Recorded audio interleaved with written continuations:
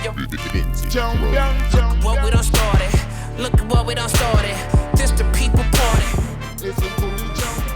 What's up? It's Talib Kweli, the BKMC. I'm looking at my ear pods. It looks like I got strange white things coming out of my ears. You know what I'm saying? This is the people's party. Shout out to Jasmin, Leigh. Say what's up to my co-host, the lovely and talented Jasmin, Leigh. What's up, Jasmin? What's up, people? You're looking vibrant. Am I? Am I glowing? We are from a remote location because obviously we're still in lockdown, but we had to keep bringing you the people's party. We had to keep getting the guests, and this next guest that we have is somebody whose name came up when we first invented this show, because this man's spirit is like the spirit of what we're trying to capture for people's party. He is one of the best working comedians of his generation. He's put out one of the best stand-up specials of the last decade. It's classic because, you know, people are still talking about it. He's co-head writer of Saturday Night Live, and we're going to get into that because Saturday Night Live is one of my favorite shows of all time. Co-anchor of Weekend Update. You listen to this man, and he represents this every man aesthetic, you know, but he brings high-minded concepts down to the level that people could understand. And I really appreciate this brother. I'm inspired by him. Ladies and gentlemen, welcome Michael Che to the People's Party. Oh, man. Michael Che! Oh, I was starting to wonder who you was talking about after a while. That was an amazing intro. I pride myself on the intros, brother. That was fantastic, man. Like, I'm kind of interested to hear what I have to say now. That's the whole point, right? That's the whole point. That works. Well, thank you for doing this, Michael. I'm glad that I got to do this with you. I wish we could do it in person, but we make and do. You know, man, you were born in New York City, just like me. But you're born in the Lower East Side, aka Loisa. Yeah. You know, I'm a Brooklyn-born dude, and the Lower East Side. I remember going to the Lower East Side when I was a kid, and it'd be like Puerto Rican dudes playing Grand Puba out of Suzuki Samurais. I like souped up Suzuki Samurais. Like, there's a whole culture to the Lower East Side with the food, with the clothes, with the. Tell us about the culture of the Lower East Side for people who think it's just, you know, regular old Manhattan. Lower East Side is fascinating because Manhattan is such a small space and such a crowded space that a neighborhood could shift within a block. The whole tone could be completely different. So the Lower East Side is kind of a neighborhood inside of a neighborhood. There's so many different scenes and so many different types of people. But what makes Lower East Side fascinating to me is because Brooklyn is right there. It's right between the two bridges, 3 bridges actually. Mm-hmm. And also Harlem is on the island. So, you know, a lot of people get some of their flavor from Harlem. A lot of people get some of their flavor from Brooklyn. So we're kind of almost in the center of New York City for me. Mm-hmm. So Lower East Side's kind of got that weird, it's got a lot of funk to it. No doubt. You do a very good joke, one of your most popular jokes, about how white women have taken over Brooklyn and how white women probably killed Biggie. And and you know, you criticize gentrification in a very funny way, but you also speak about what Brooklyn used to represent, how scary Brooklyn used to be. Tell me about, Cypher Sounds was making fun of me, talking about, I say, talk to me about too much. So I'm not going to say, talk to me about, but tell me about why Brooklyn was so scary in those years. Well, because they had all of the shooters and stick-up kids. Brooklyn, you know, like KRS said, Brooklyn keeps on taking it. Like, that was a real thing. That comes from something, you know? So we was always intimidated by Brooklyn just because of, you know, what you hear in rap songs. And Brooklyn's always in the house. Brooklyn, you know, there's always something bad associated with Brooklyn. It's never like we got the next future president. It was always, don't wear your jewelry here. So, you know, like, and then you hear the legendary stories about like the, you know, the drug dealers and the stick-up kids that were almost pop stars. I think that's something that this generation may never understand is, when I was younger and, you know, even further back, up until recently, we knew who the gangsters were famously. Like they were almost, it was like there was a folklore. There was like, you know, hood legends. Are you talking about Like Calvin Klein and the first like 50 Calvin Cent. People, Klein, yeah, like Tut, like, you know, all these Right. guys that you hear about, you know, for years. These guys were like pop stars, you know. So a lot of the tougher ones came from Brooklyn. I feel like Brooklyn always had that aesthetic. And all of this, also the hardest rappers came from Brooklyn. Kane came from Brooklyn, Juice Crew, you know, all of those guys. So it's like you kind of knew Brooklyn was the place. But like I said, like, you know, Lower East Side was right there. And then Harlem, Uptown was right there. And it was the same kind of dynamic. So we was kind of in the middle of all of that. And I think it had a lot of flavor. And it had a huge Latino population. Then they also had Chinatown when they had their gangs, and that was wild, just as wild. So it was just like, it was a lot. It was a big mix. No doubt. Another thing that you and I share, in addition to both being from New York City, is we both use our first name and our middle name as our professional name. Oh, me too. I didn't know that about you. Yeah. So you too, Jasmin. That's right. Yep. Jasmin Leigh, Talib Kweli, Michael Che. But you were named after Che Guevara, right? That's true. My father's a huge history buff. Like, my father's one of those dudes that, you know, he turned on Channel 13 before cable was everywhere. We turned on Channel 13 to just watch all of the history documentaries and all of the animal stuff. So he was kind of a real studious guy in that way, just in his free time, in his leisure. So he loved the Cuban Revolution. He loved Che Guevara, and it's kind of funny because my mother probably doesn't know who Che Guevara is. You know, she's a, you know what I mean? So the marriage didn't work out for whatever reason. But yeah, so it's kind of that interesting thing of my father kind of being a street dude, and I'm sure he's loving this time of protests and unrest and action. And he named me after Che. So I hated the name as a kid, but, you know, the more I started to learn, I liked it a little bit more. It's a controversial name, though. Some Cubans will love it, and some Cubans will be like, you know, that guy's a murderer. And I'm like, yeah, oh, damn. Right. The white Cubans hate Che Guevara. The black Cubans love him. They'll give you an earful if you say your name is Che. It's strange. But what's interesting to me about you is that you're obviously very smart, and you know, I've heard you say that you like race comedy, but you're a comedian, so you put the comedy first. When I hear you talk about how you like race comedy, it's not a social justice thing. It's like that's just you know, it's your wheelhouse. I don't see you as like a social justice minded person. I see you as nobody someone does. Who, right? You're like. You represent for black New Yorkers. You wearing your Yankee hat, you wearing your Jordan. When I see you walking down the street, I see you on SNL, I see you walk into a club, I'm like, you look like one of my homies, right? You often say, I don't know anything about politics. I feel like you saying, I don't know anything about politics is your political statement. Do you agree with that? I don't know. That it's I do think that there is a certain charm that comes with your first reaction to hearing something, you know? Like, the funniest people in my life, to me, like the funniest people that I grew up around was always like my grandmother or a baby, or, you know, somebody that's literally learning something for the first time and trying to make sense of it. There's something inherently pure about that, and I try to do that as much as possible on stage. With a subject, I try to approach, but what does it exactly feel like as I'm learning it before I'm trying to make people understand my take? I want them to see me go through the process. You know, like in school, they say, show your work. I'm trying to just show you the work, you know, like show you how I got from here to there. I think that part's funny. It's not necessarily I'm trying to change your mind, and you don't even have to agree with it. You could absolutely disagree with it. You could think that it's a terrible thing, but the funny part is how I got there. And that's where I try to make the joke live. So, you know, it's not necessarily about being proud of. Now, I know Chris Rock has a famous joke about how niggas love to not know shit. And niggas love not knowing shit. Yeah, it's a classic bit. So I'm not perpetuating that, but it is something to, when you hear somebody go through it, you understand why maybe somebody in your family who you can't get to understand your point, you start to see, oh, that's how he got there. It humanizes somebody who thinks differently from you because I'm showing you how I got there. And I think sometimes people may be afraid to be wrong, and I'm not afraid to be wrong because it's either going to be funny or I'll end up learning something.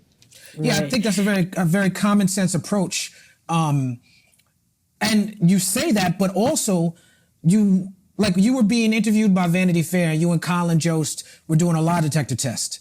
And one of the questions, it was very, very, very, very entertaining viewing. Yes, it was. Yeah, one of the questions that Colin asked you, that was, I assume was on the test, was, do you feel like the political system is broken? And you said, nah, the political system ain't broken, it's fixed. Like, you even impressed yourself when you said it. I don't remember that.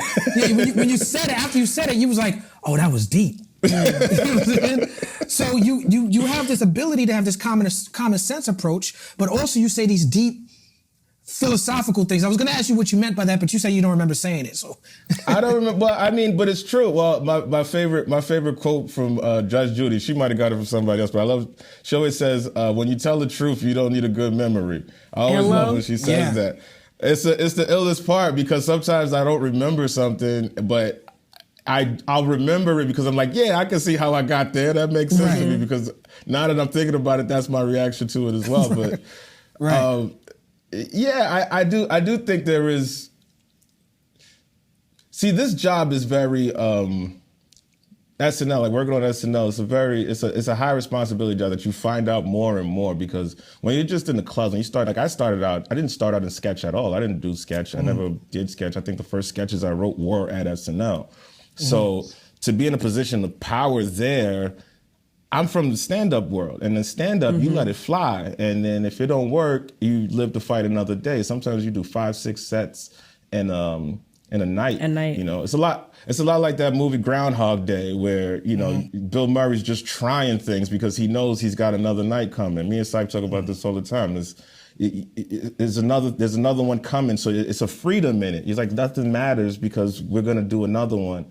When you're on TV and you get one crack at it, it holds more water than, well, I can just come, if it's wrong, I can just come back and fix it. I could tweak it. I could see where it goes wrong and I could build it and perfect it. When you go out there live on a day's notice and just say everything, and as you can see, these news stories get a lot more and more important and touchy. Yeah. So, imagine going out tonight, going out on Saturday Night Live tonight and having to make this funny, having to make a tragedy funny. What's the responsibility? Do you try to make it funny or do you ignore it and not do it at all? And now people say, well, you didn't even mention it. And he's like, well, I didn't mention it because I didn't think it was funny. So it's a very tricky balance. And the time that I need to make it make sense, I don't get. The camera leaves me after about 20 seconds. So learning that balance of the job, you kind of have to learn a little bit more about politics than maybe you'd want to, just so that you can have somewhat of an informed opinion. But you try to keep as much as that essence of freedom. And and I'm gonna say it the way it sounds to you when you hear it. It's a little trickier. You went to the famous LaGuardia High School of Performing Arts. I wanted to go there too. How did that school set you up for success? And I want to live forever. Yeah. Shout out to Irene mention my name. But see how that's why I love you, Talib, just breaking out in song. How did that school set you up for success, and what sort of performing were you into at the time? Well, for one, I didn't go for performing arts. I went for visual art. So I used to paint, and I love painting. But I do think all of that stuff is transferable. Like, what it set me up, first of all, was being from New York. New York is so segregated, where a lot of times where you grow up is what you know. And that you almost don't even venture off a lot of times because that community is there's a million people in your projects probably, you know what I mean? So everything you need is there. You got a Dwayne Reed and the chicken spot, you good. But going to LaGuardia, since it was a public school, it was kids from all over the city that I was getting to know that I would never know. Like, how would I meet people from Jamaica, Queens? How would I meet people from the Upper West Side? How would I meet people from Central Park? How would I meet people from all over New York City? And they'd be of all types of incomes. There'd be poor kids. There'd be kids with less than me. There'd be kids that were literally, I mean, millionaires. Like their parents, billionaires. Like literally the richest kids. I think like Madonna's daughter went there after me, and so it's that type of. But in that school, we're all just students. And you have to learn. You have to learn how to deal with everybody. So I think what it did for me artistically was it let me know that nobody really has an advantage in talent, or nobody really has an advantage in work ethic. When you see these kids, you're like, these kids might go on to be stars, but they're here with me. I have the same opportunity as them, at least consciously. At least that's what you feel like you get a fair shake, because you're competing with the whole city. And it freed me up to think that anything was possible. Because for so long, you only think I only have a limited amount of options. I could either rap, or I could play ball, or I could, be a street dude or whatever, or I could get a city job, or, it's always that. When you see kids with dreams because they come from a different background, it gives you dreams too. Because you're like, well, this is the same as me. Why can't I dream bigger? Who did you go to school with in LaGuardia? Some famous people that you was attending with? I don't know everybody that I know. Nikki went when I went, but I didn't know her because I think she was a drama major and I was an art major. So she would be in the basement and I would be like on the 8th floor. So even that gets segregated. So right. Yeah, but schools in New York have 8 floors. That's for people who watching. Where we had an escalator, an elevator. Right. Like our school is crazy. But that's if I ever have kids, I don't have any kids. Thank God. But if I ever have kids, thank God. No, I think congratulations, by the way, you're doing great. But if I ever have kids, I definitely want them to go to school in New York City. I definitely want them to be a part of that fabric. When did you make the switch from painting into comedy? Well, I came to the conclusion that as a painter, I sucked.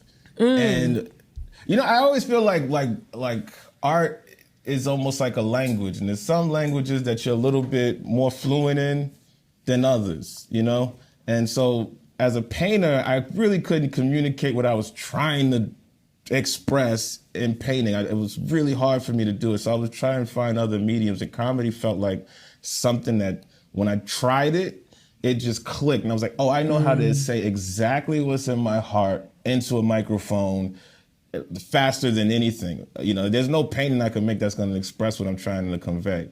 And I feel like, artists do a lot of different things, some end up acting and whatever, and you end up being not a dope rapper, but whoa, he was an amazing actor, or, or vice versa. So for me, comedy was kind of like an extension of it, because it's the same principles, the same core. There's composition, there's timing, there's it's a lot of the same type. There's color. It all becomes the same. Have you ever tried to make a funny painting? No, I've never Jim Carreyed it, but.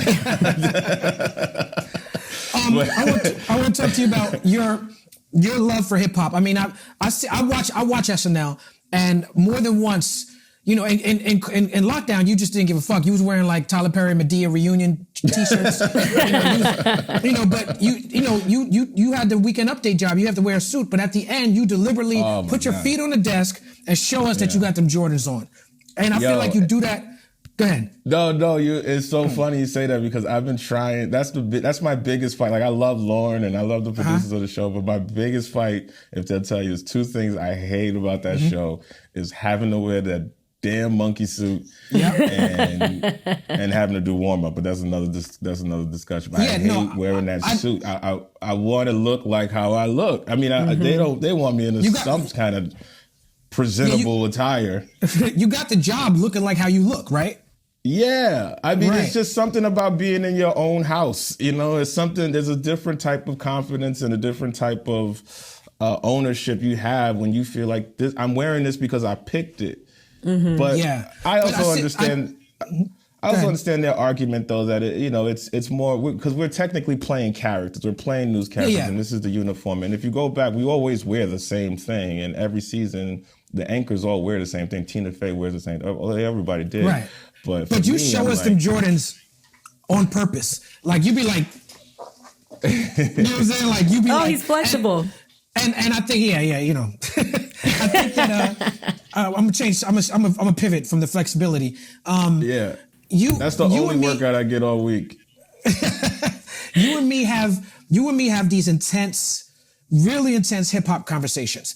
And I think that people don't really understand how much you know about hip hop. Like the other day, we listening to like No Diggity. We talk about whether or not Dr. Dre produced it. Like, you know, producer credits, you know, lyrics. The other day I was in the green room and I seen you just kicking, was it RZA or GZA lyrics? Like you just was sitting in a corner doing a whole, I don't know if it was RZA or GZA, but you was doing a whole verse by yourself in the corner. Like you really know your hip hop. How does that vast knowledge of hip hop inform your comedy? Oh my God, it informs it a huge.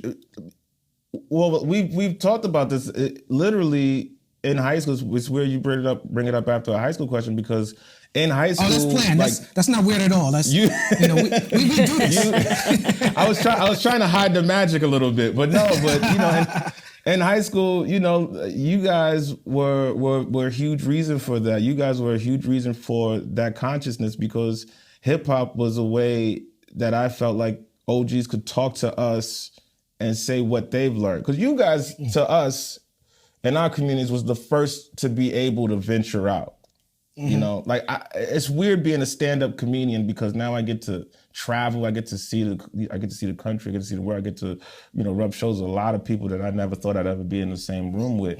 And I can only imagine how it was for you guys coming up too, where you get to travel, you get to see, and you bringing that worldview to your music.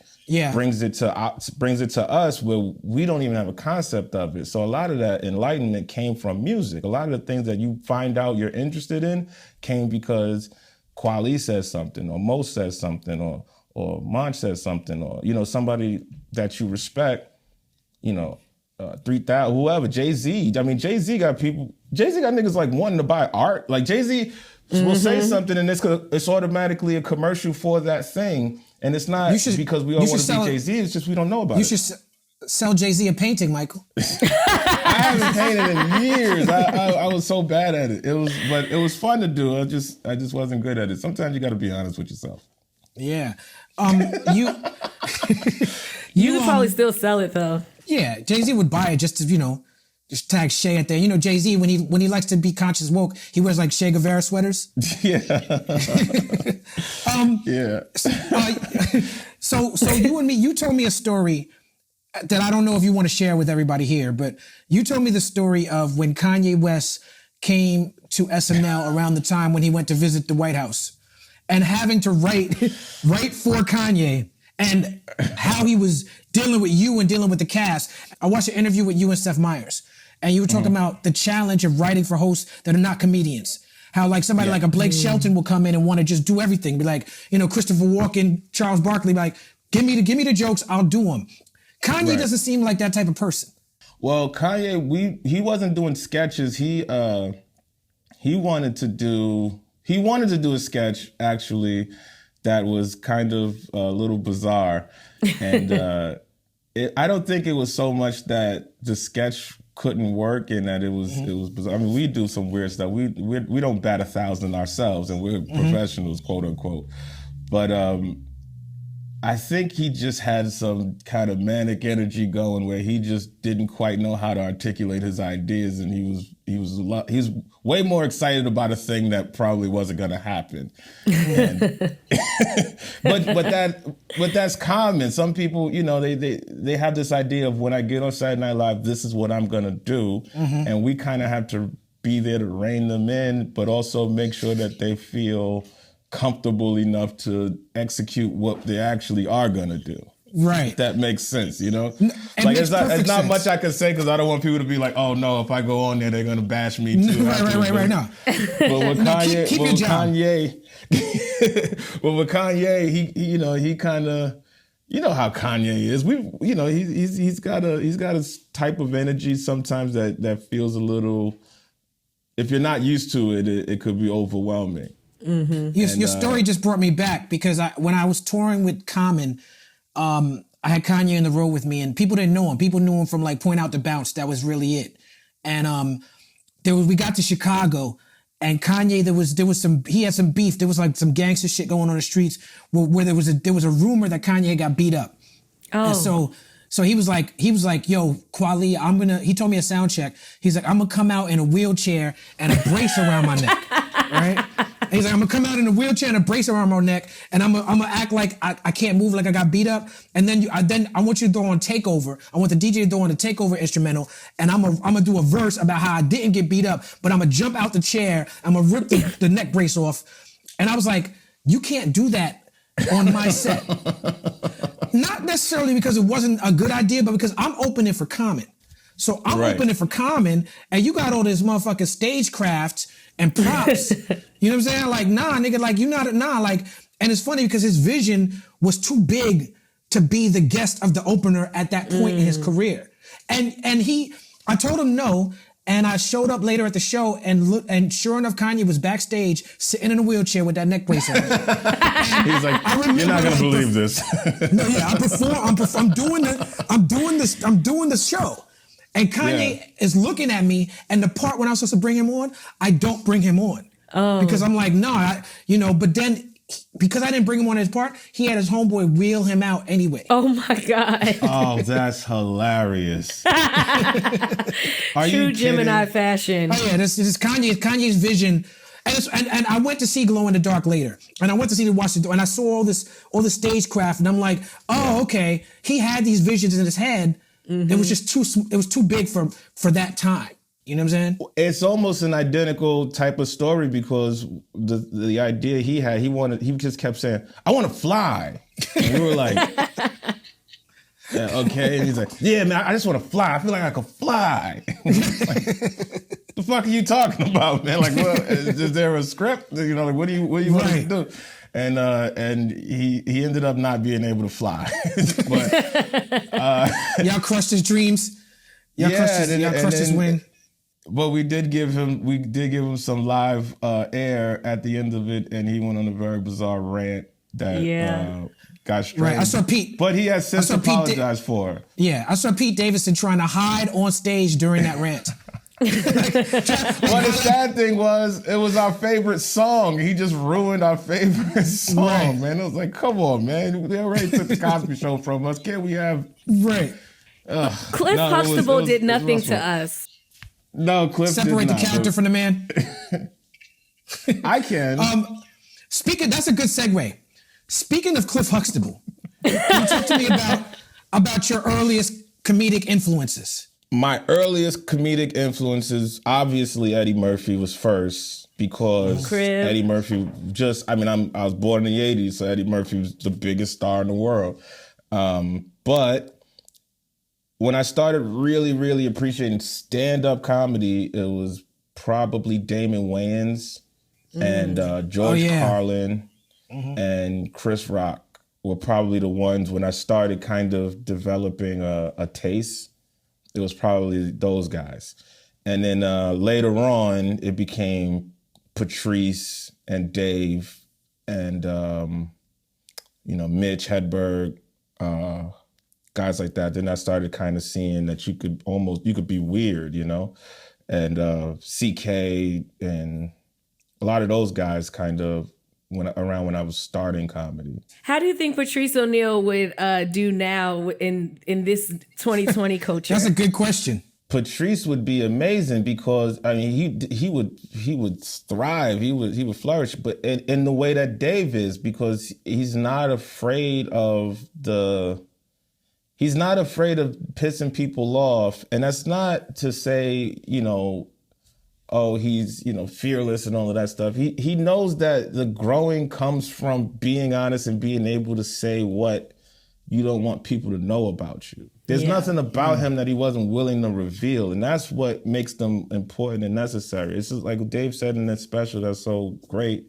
that he just put out, is that, every institution we have lies to us. And comedians are the ones that's kind of willing to say, hey, I'm fucked up. but I'm still here, and we got to talk about this. You know, like when you go to therapy, they don't ask you who do you want to be. They ask, who are you? You know, they find the answers in you. You know what I mean? That's kind of the tactic. If you went to therapy and just told the therapist all the good parts and all the things you do agree with, you wouldn't get nowhere. So that would be that would be your Instagram page. That's all it would be. Facts. Yeah, pretty much. Yeah, pretty much. So I mean, we pay a doctor to get us to be honest. Like we pay somebody, a professional whose job is to get us to dig deep and bring it out. And comedians are just offering it up. We're just saying, here's what I do. That's therapy. Crazy. And I mean, and that's a tribute to Lenny Bruce. That's a tribute to Richard Pryor, Carlin, guys like that who were willing to do it first. And honesty. Guys like Patrice and Dave just took it out of the stratosphere. They took that model and they helped it evolve. So I think Patrice, I would love to hear what Patrice has to say now because I know it'll be real. And I'd be like, that was there the whole time. You know, it'd be discouragingly good. No doubt. Rest in peace to Patrice O'Neal, man. What a great guy. Yeah, man. You, I saw you on the back of that truck working it out. And I saw I think it was a tweet or Instagram post you made. Like, if people are going to be out there protesting, like, let's go out there and do some jokes, you know? You've been working. Yeah, I look at it as like the USO tour. You know, we're out there trying to entertain the troops just to keep morale up. That's apt. Dave on the phone with me before he started doing those specials and his shows in Yellow Springs said, "What, people can't gather together? This is my fucking nightmare." You figured it out.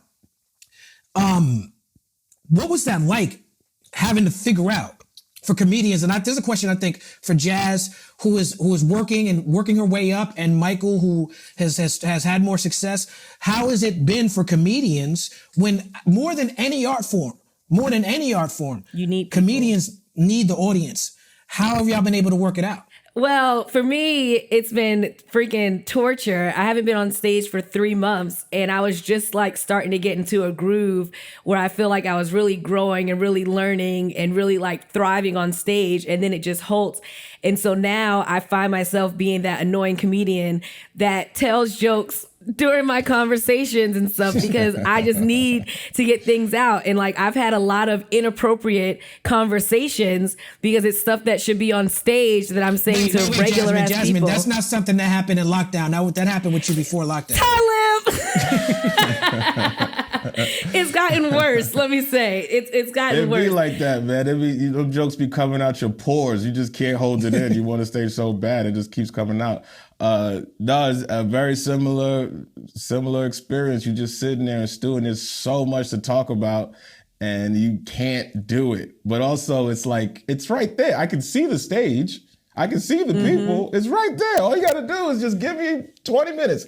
You know, it's like, I see like they got these like viral videos of the little kid where the mother tells him, all right, don't touch the candy. I'll be right back. And it's just showing the kid just trying not to touch it. That's what it feels like to not do shows. Right. You're just like, it's right there. I know I'll be bad. It's bad for me to do it, but I really want to do it. And you said I could do it later, right? So is it okay? You're trying to just kind of make peace with the fact that you're being a good person.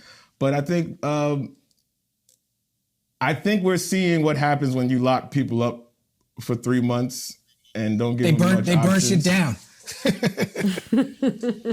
Yeah, you know? You had a clip go viral recently from your last special, Michael Che Matters, which is truly one of the most important stand-up specials. And you pretty much talked about Black Lives Matter. You're welcome. You talk about Black Lives Mattering and how mattering is like the lowest possible bar that people could be asking for, yet people are still out to fight that.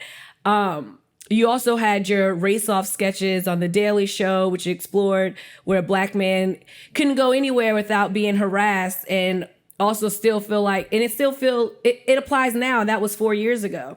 How does it feel to be living in a world where those clips keep being relevant?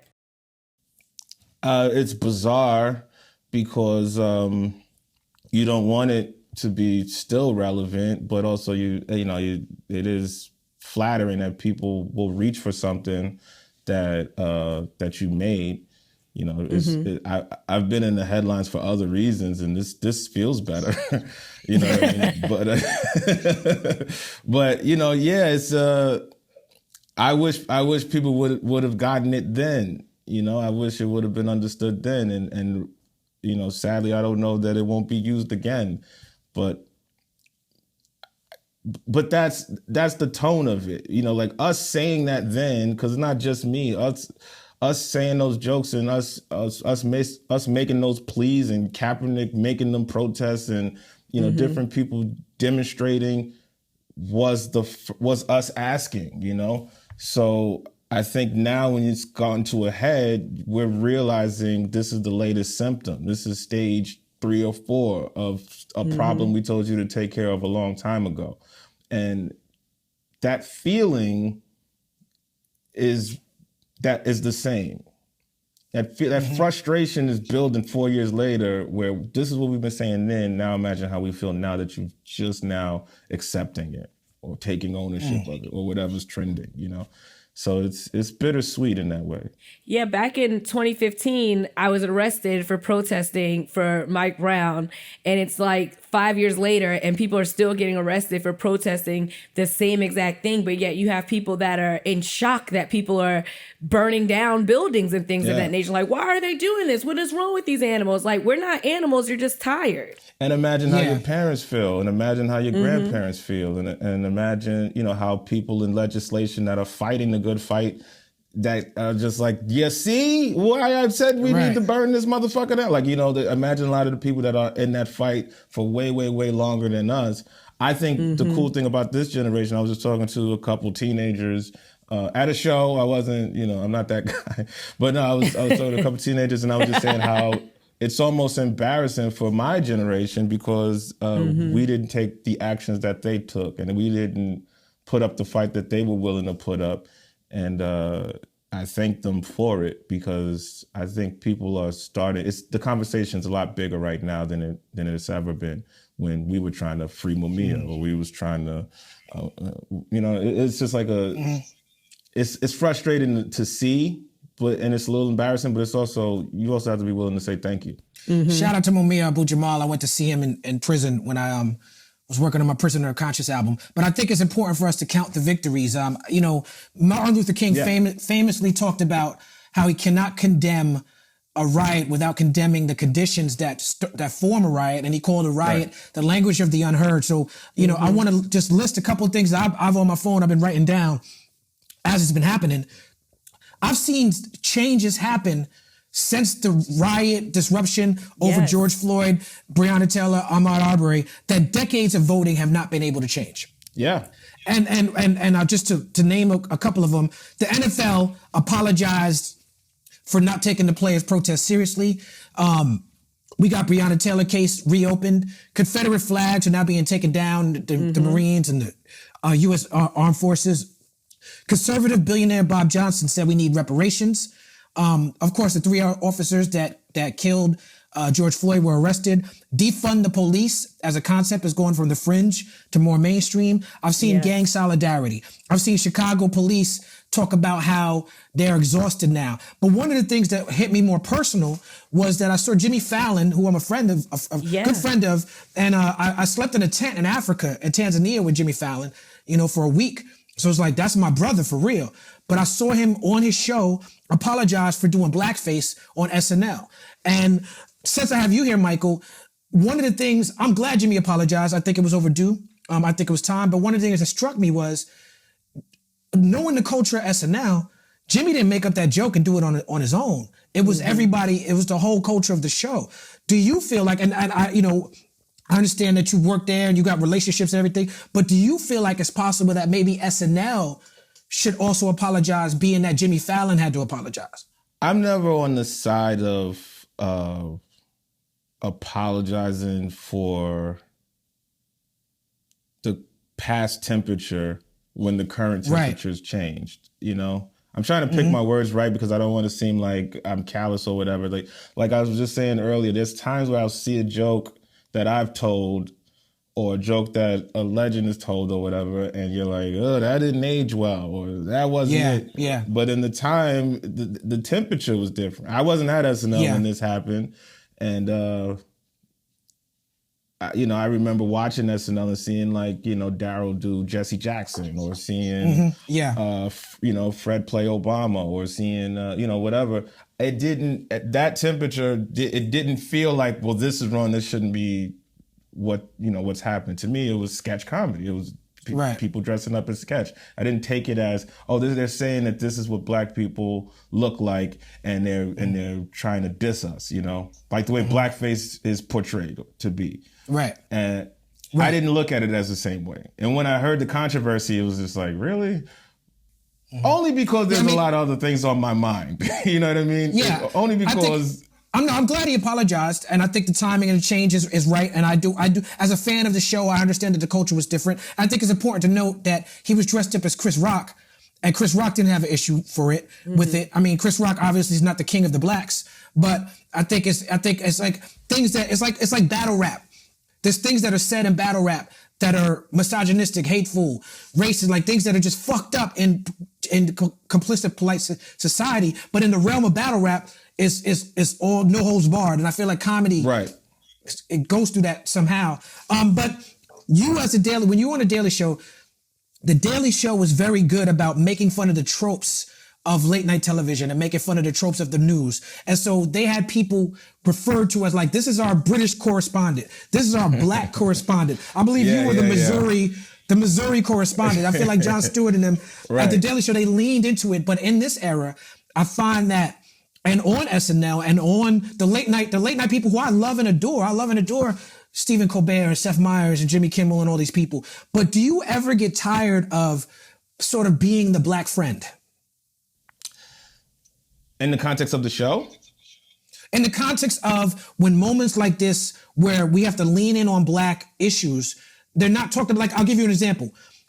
I've done Jimmy Fallon's show a bunch of times as a musician. Right. After George Floyd was murdered, all of a sudden I get a talking segment. You know what I'm saying? As Jimmy's black friend. You know what I'm saying? Which I appreciated it. I'm glad I wouldn't have did it if I felt slighted. I didn't feel slighted. I felt that they were gracious to ask me. Right. But I know that they asked me, and Jimmy had a lot of, I think the only white guy he had on that week was Bernie Sanders. And Bernie Sanders, like, black people try to claim him. You know what I'm saying? So like, I think that it was very deliberate. It was like very deliberate, like, oh, we need to listen to black people more. Mm-hmm. Oh, I have a black friend. Like, that's so fascinating. That's so fascinating because I remember I like watching TV during the riots in 92? The Rodney King riots.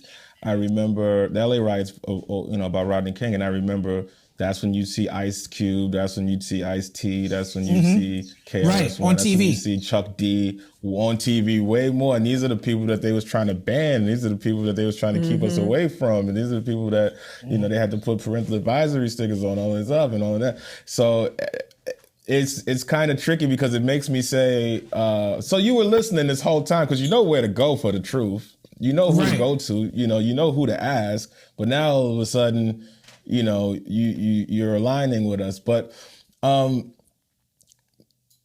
never feel that way because I never feel like when I'm out there, no matter why you ask me there, I know what I'm there to do.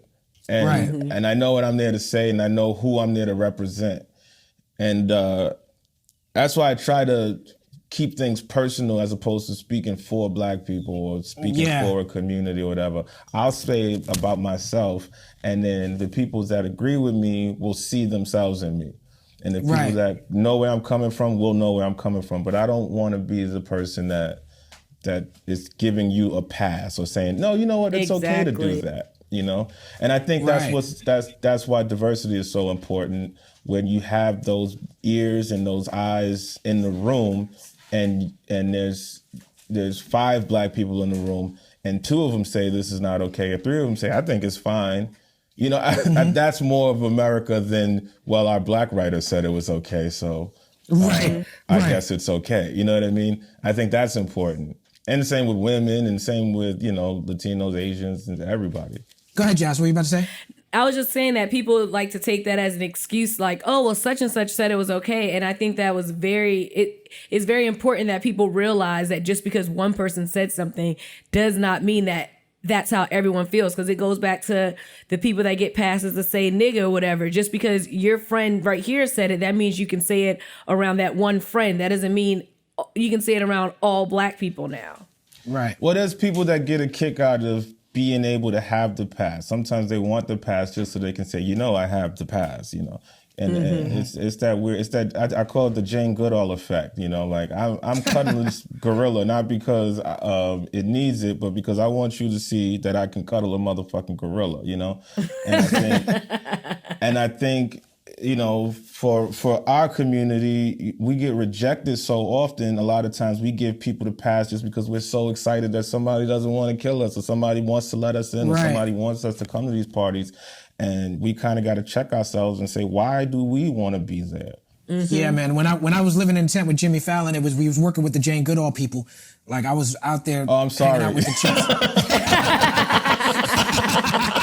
I'm so sorry, Jane Goodall. I'm sure she's great, but I just lack of other words. Can we say Steve Irwin or somebody? You know what I mean? Yeah. I know what you mean. And no more invites to the cookout. I want to say this. I no want more to invites. take the time. The cookout's full. We've reached capacity. Right. Yeah. Right. First of all, condolences to you and your family. You lost your grandmother during this COVID situation, right? Oh, thank you. Yes, I did. And the way that you handled that publicly was very inspirational to me. Being friends with a lot of comics, I know that comics deal with pain in a different way. And we watched you grieve publicly, and it was just to see you going through something so hard, but still being who you were was very uplifting to my spirit. And you did it while you were working too. So it was fascinating to watch, brother. Thank you. And then just also dealing with doing SNL, which is a live show that's been on for like a million years, and dealing with that pain and then having to do a live show in quarantine. And the first couple, what did y'all put out? Three or four episodes? Like three live? We did three. Three at home, right? And you, during the weekend update part, you in the first one, I remember you was like, man, this feels so uncomfortable. Like you made sure to have a crew around you of people just to have the laughs. But I found it interesting that, and this is my personal opinion as a consumer of the show, what I thought was interesting was, as a live show, certain big personalities are going to get in more sketches. You're going to see them shine more.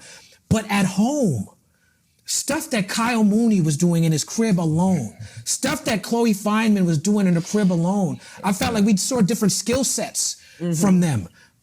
So tell me how it was challenging to not have an audience, but also how it challenged you and comedians a new way to figure out new ways to be funny. Man, I'm so happy you said that. I really am. Like that, I really am happy you said that, because you're 100% right. People like Chloe and Kai, like, you got to remember, that's where they came from, the internet. The online stuff. That's how we found them, That's how the show found them. I'm saying we, the show. That's how the show found them. That's what we like about them. And a lot of times, we'll have people on SNL that... you got to figure out how to make them work in the show. There's something that we could see in them that maybe the audience is like, well, I don't get why that works. And it's like, no, trust me, this is impressive because that's why they're here, And so different circumstances have different people shining. So when somebody has to kind of do it in isolation, that's their wheelhouse. They know how to do it, and they scored. They cracked the bat. So I was really glad I'm always glad to see that. It's hard. It was harder to do for me because I was kind of in a weird emotional state, but also it helped a lot because it gave me something else to think about. It made the days move. It kind of made time make sense, and I had deadlines, and I could be mad about something that wasn't internal but external, and figuring things out. It kind of kept my mind off of it and kept me human. But so I was really appreciative and happy to do it. At first, I didn't want to do it. At first, I was like, nothing's funny about this, this is miserable. But being around my friends again, being around my coworkers again, and watching them cook and watching them still care about being funny and still trying to make people laugh, made me want to make people laugh too. And we tried our best. But it was a weird thing to have to do, but it also kind of it felt cool that we was able to do it, that we were capable of doing it, that could be happening and we can still find a way to put on a show. In the Trump years, SNL has taken the heat for being a little too moderate. How do you balance your personal Too politics? moderate, really? It's so funny. Everyone's argument is like it's either too moderate or It's you guys are different. too left or whatever. Yes, yeah, no, you're right. You're 100% right. How do you balance your personal politics, your blackness, and also making this show that's liberal but also mainstream? I think the cool thing to remember about SNL for me, as a fan of the show, like whether I'm on it or not, or, since before I was on it, is that it's a variety show. And that the writers don't write in a bubble. The writers write, they don't write all together for a sketch. Like we're not writing the show and saying, okay, we need this sketch, we need that sketch, we need this sketch. Other writers will write in their isolation or whatever, and then we'll bring it to a table and whatever's funny wins. So a lot of sketches may be like, it's not SNL's representation of this is our politics or this is how we feel. It's, one writer might be conservative. Jim Downey was a very conservative guy. He was a head writer for many years. Tina Fey's a liberal. She was head writer for many years. So there is no politics that the show should be holding, We're going to make fun of whoever's in power, like Lauren says, So, Right. Personally, I have my own politics, but there's a lot of people who might disagree with a sketch that I wrote. And they might make a sketch that is the exact counterpoint, but that's the variety. That's why that kind of a show is important, because it's just a platform for everybody to kind of get off. So, there's a lot of stuff that's on the show that I'm like, well, I don't agree with that point, but I think that's funny, and you kind of have to appreciate it for that. To that point, SNL famously had the Shane Gillis situation blow up in a different way than was expected. You know what I'm saying? And for people who are watching, Shane Gillis is a comedian I've spoken to other comedians about this. A lot of comedians that I know and respect find Shane Gillis to be talented and find him to be funny. And I will say, even though I'm not a fan of the man, I'm not a fan of his comedy, I respect SNL, right? And I respect comedians. So I understand that if he was good enough to get an audition and good enough to get hired, there's something there, right? So he has to be talented, in my opinion. But I do agree, me personally, with the decision to look at his hire as a mistake and correct that mistake. I'm wondering how you feel about it. Well, the history of Shane Gillis, for me, was seeing him at the Montreal Festival and then seeing his audition, and it was fresh. The stand-up was fresh. It was just a different type of voice. A lot of times, like I said, it go back to about 2 or 3 different things that we already covered in this interview.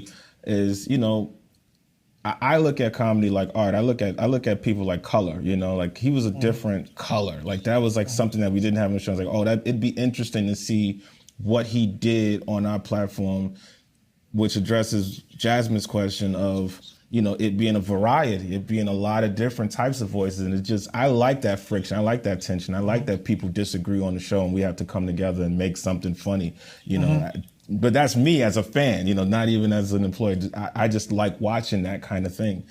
So I liked what he would have brought based on his set. As far as the podcasts and the interviews or whatever with the stuff he said, I think there's a culture of comedians who, and I've talked to Shane about this and I've talked to other comedians about this, so I feel comfortable saying it publicly. I think there is a culture of being able to say whatever you want and it doesn't matter because nobody's going to give me a chance anyway. The only problem is when you do get that chance finally, now you have to scrub your whole life because you was talking very reckless, So we in a new era.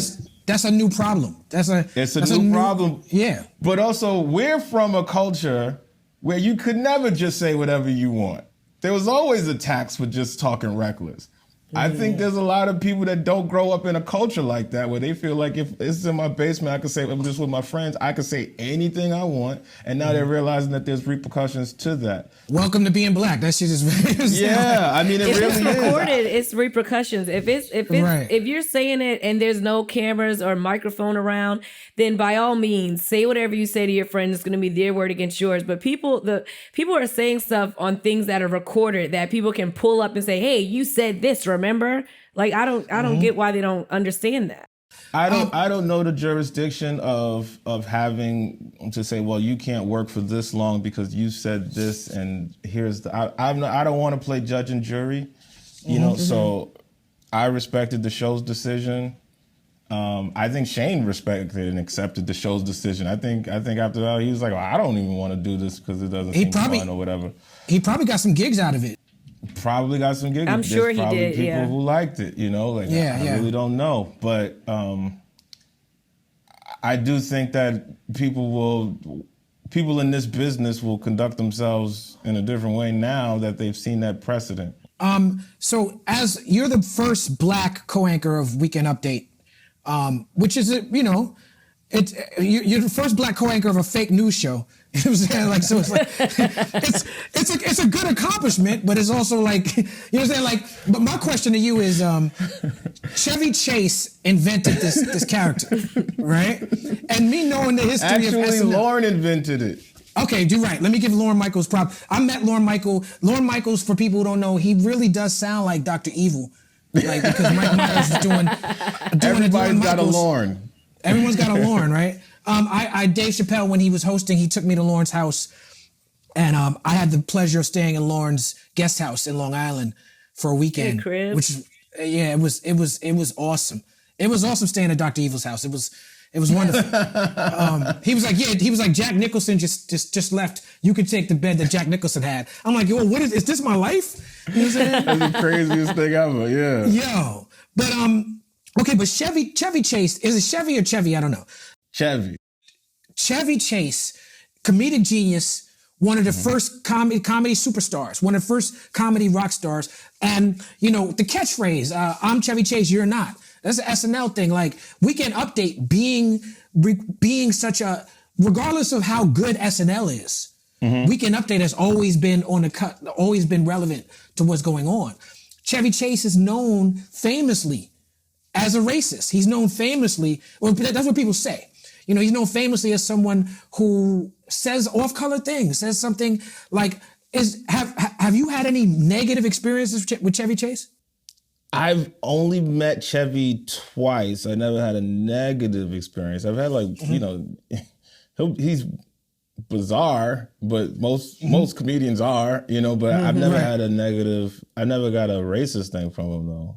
I read the SNL book. There was stuff in the SNL book about things he said that people were upset about. Really? And this book is old. This book is at least, the book I'm talking about is like 20 years old. The big one. You talking about the big? Yeah, it's big. But there's Chevy's racist jokes in there? I mean, you know, it wasn't just racist. It was like homophobic stuff. He was making fun of a homosexual cast member.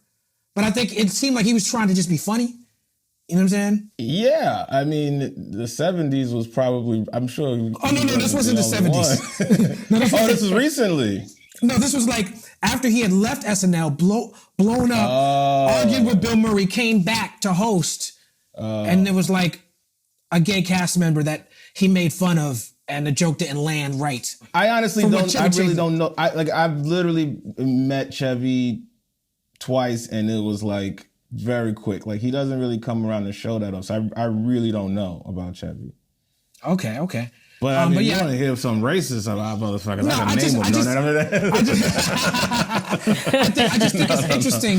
I think it's interesting to me, the weekend anchor role from Chevy Chase to you. And Jasmin, you have a question about, because I like Colin Jost a lot. You have a question about Colin Jost, right? Oh, I do. Thank you.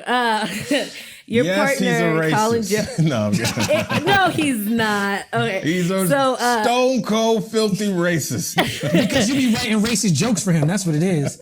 He does take a lot of heat though online for being kind of like the picture of privilege. He's white, handsome, Harvard, Yes. engaged to the beautiful Scarlett Johansson. Oh, I love her. His book's called A Punchable Face. What made you want to stand up for him when they were critiquing him on the internet and to call out, bullshit? Like, tell me about your friendship. He's still my friend, like I like making fun of Colin because he's the picture of all those things you just said, except he's not that guy. Like he's just a regular white dude from Staten Island. His mother is like a doctor for the fire department and was on a first responder on 9/11. Like he went to free school, but some of the best schools in the country. Like this guy is and he's the reason. So the sole reason I work at Saturday Night Live is Colin Jost because we were at Hannibal Buress's show. We were both booked on the show while he was shout out to Hannibal Buress at Knitting Factory in Brooklyn, and I was on the show. I'm not shouting Colin, him out. He left me outside the dime. Shout out to Hannibal Buress. Shout out Hannibal now Buress. I like him more. That is a very Hannibal move.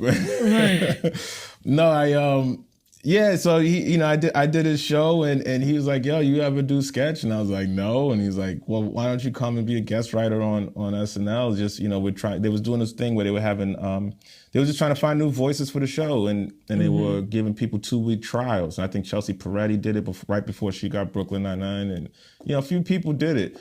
And, I got to do it for 2 weeks, and that's how I got hired. So, wow. Colin is the kind of guy like he's not a ball hog. He's always helping people. A lot of your favorite things, I promise you, if you name 20 of your favorite SNL sketches of the past 10 years, Colin has some hand in it, probably at least half of them, because he's that influential on the show. So I say all that to say, me making fun of him in that way is why it's funny to me, because I couldn't have picked a nicer guy to call a filthy racist. That's why it makes sense. You know what I mean? So, when people really trash him, I always kind of take offense to it because I'm like, you don't even know this guy. You're saying what you're just looking at him and guessing. But it's your own insecurities is the reason why you don't like him. Why wouldn't you like him? He didn't do anything. He didn't say anything foul. So I always kind of tease back the bullies if, I don't like bullies. I don't like people who try to, make somebody the post through something and then try to take it down. It's like, this door swings back. How about that? Well, I want to thank you for your time, Michael. I do have a couple more questions. Man, does this have to end on a Colin compliment? He said he has extra questions. No, it's not going to. He's still a racist. All right, good. I got you. You and Colin Jost almost won a Battle Royale at Wrestlemania. Man. This is so confusing to me. How did you end up in a situation where you had to wrestle niggas? Yo, how about this? Wrestling. Can I just stun a little bit? Please in 1 year's time, I did SNL with Eddie Murphy, Sesame Street with Grover, and Wrestlemania. Wow. Right.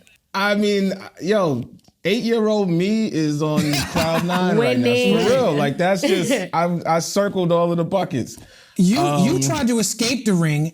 And the wrestler threw Colin out of the ring into a bunch of other wrestlers. The monster of men, Braun Strowman. Colin made a disparaging remark about the business on Monday Night Raw, and we had to settle it in the ring with Braun Strowman. No, man, working with the WWE was so much fun. It was a dream come true. I'm a lifelong wrestling fan. I used to watch wrestling with my grandfather. He loved wrestling, the Bruno Sammartino days, back in the day. So he would watch wrestling, and as a little kid, that was the one time I could go in the room with my grandfather and we could watch TV and he'd listen to me. And now that I think about it, I guess he was just getting a kick out of this 2 or 3 year old talking and keeping up, and he was was probably just exercising my mind and keeping me from tearing shit up. But to me, it was my connection with my grandfather that I had to watch wrestling to keep him informed about it, and it felt like my little due diligence. We'd eat peanuts and hard candies and shit. But so wrestling has always kind of been a part of my life, and Stephanie McMahon, they were doing Wrestlemania in the New York City area at Giant Stadium, MetLife Stadium. And they asked if we would be a part of it. And man, it was so much fun to work with them, man. It was a dream come true. There's nothing like walking out and hearing 90,000 people just boo you. It's the best feeling in the world. Right. Yo, I'm telling you, it's the best feeling in the world. They're just like, whoa. It's awesome. It's just like a rush. I was like, I get it, When did you realize wrestling wasn't real? Because I just found out a couple of years ago when I was watching Total Divas. I know it's not real. Wait, so Colin didn't really get hurt when he. Are you being funny, Talib? Oh no, Colin got hurt. It was real to us. Damn it, No, I got to tell you something. You look like you was really. Either you were a real good actor or you was really scared. Well, we know that I'm not a real good actor, so I must have been really scared. That's easy. That's already easy. No, it's so funny. Like, the word "real" is tricky because what they do to prepare for that show is very real. What the athleticism, what you have, the dangers that can happen when a man is holding you in the air and tossing you is very real.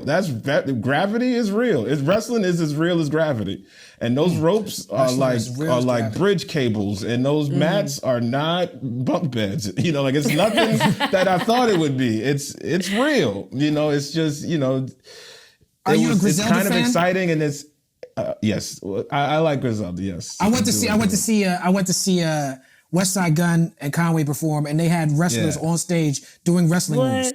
Did they really? Yeah, they really love wrestling.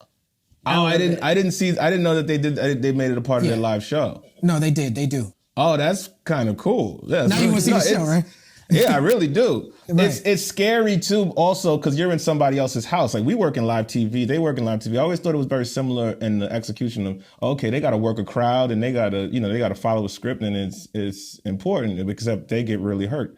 So when we're there, we're like, man, we're not from here. We're messing up their house, and every opportunity that we're on screen is an opportunity that one of their stars that worked hard is not on screen. So we want to make sure that we're having fun. And we treat it with the right type of respect. And it was so much fun, and getting the crowd, and Braun was the perfect guy to work with, man. He was so personal, and we felt safe, and he was awesome. Right, he tossed that therapist out the ring. Oh, it's one of my dreams. I want to get tossed out of the ring. I wanted to go through a table. That was my only regret. I was like, man, I want to go through a table so bad. And they was like, don't go through a table, man. You don't have to. Just don't do it. And I was like, I really want to go through a table, though. So this is my last question. Do you have a top, as an MC, you were in the movie Top 5. As an MC, I'm always asked about my top 5. Do you have a top 5 SNL skits? Skits? Or sketches? Sketches. That's the right word. But I was just, oh man, that's a tough one. All right, let's do it. My top 5 favorites, or like all time, personal favorites that shaped and influenced you. Not like a scientific, data-driven, this one performed, just what inspired you? I got you. Some of them might be some deep cuts, which is cool, because then the audience will hear it for the first time, or maybe go discover them for the first time. But one for sure is, no particular order, but the one that comes to my head first is Pudge and Solomon. Is Eddie Murphy and Joe Piscopo. Eddie Murphy plays a barfly, an old man barfly, who's complaining about his day. He's really down in his luck, but he's just making jokes about it. And Joe Piscopo's playing the piano, and it's really sweet. It's got a lot of heart, and I've always loved sketches. They had a good, Eddie and Joe Piscopo had a great thing. They had a great chemistry. Chemistry. That's the first one that comes to mind. The second one that comes to mind is Will Ferrell's Doctor sketch. And it's so stupid. He just plays this insane doctor with Parnell and Molly Shannon. They're all breaking throughout the sketch because it's so stupid.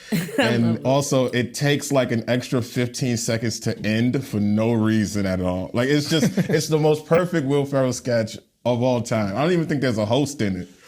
And then, Cowbell, of course, is amazing. Of course. You got to put cowbell in there because it's Christopher Walken, it's Will Ferrell. Oh man, I'm trying to. I gotta think. That's, I always enjoy. That's 3, right? That's 3. The first porn stars. The first porn stars with Cecily and Vanessa. Man, I really miss Vanessa. And Me I gotta too. say, I miss Vanessa as well, and I don't even know her. Vanessa was fantastic cast member, and she was awesome. And then 5, I gotta selfishly put it. I never want to put something on, but I just thought it was really, really cool to be able to do in that moment. But Black Jeopardy with Tom Hanks. Oh yes. Oh yeah. That I had the pleasure of working on. That was awesome. That was with the MAGA hat. He was just awesome. I mean, he did it exactly how we imagined them to do it, and also took it. There's a scene which makes it so funny. There's a part in the sketch where Keenan goes over to shake his hand, and he does like this thing where he gets a little afraid. Completely improv. Like Tom Hanks just thought to do it, and it maybe gets the biggest laugh of the whole sketch. And Tom Hanks is the man. He is. Well, ladies and gentlemen, Michael Che is also the man. Give it up, People's Party guest from remote, Michael Che. I'm gonna come over there and fuck with you in a second, Michael. Thank you so much, man. This was so much fun. I'm a huge fan. Thank you, man. This was great.